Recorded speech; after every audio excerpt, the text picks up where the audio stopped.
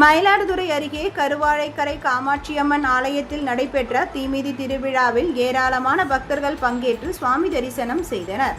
மயிலாடுதுறை மாவட்டம் தரங்கம்பாடியை அடுத்த கருவாழக்கரையில் அமைந்துள்ள காமாட்சியம்மன் ஆலயம் பழமை வாய்ந்ததாகும். இந்து சமய அறநிலையத்துறைக்கு சொந்தமான இந்த ஆலயம் ஆயிரக்கணக்கான குடும்பங்களுக்கு சாதிகளை கடந்து குலதெய்வ கோவிலாக விளங்கி வருகிறது. கருவாழைக்கரை காமாட்சியம்மன் ஆலயத்தில் ஆண்டுதோறும் வைகாசி மாதத்தில் நடைபெறும் தீமிதி விழா வெகு பிரசித்தி பெற்றதாகும்.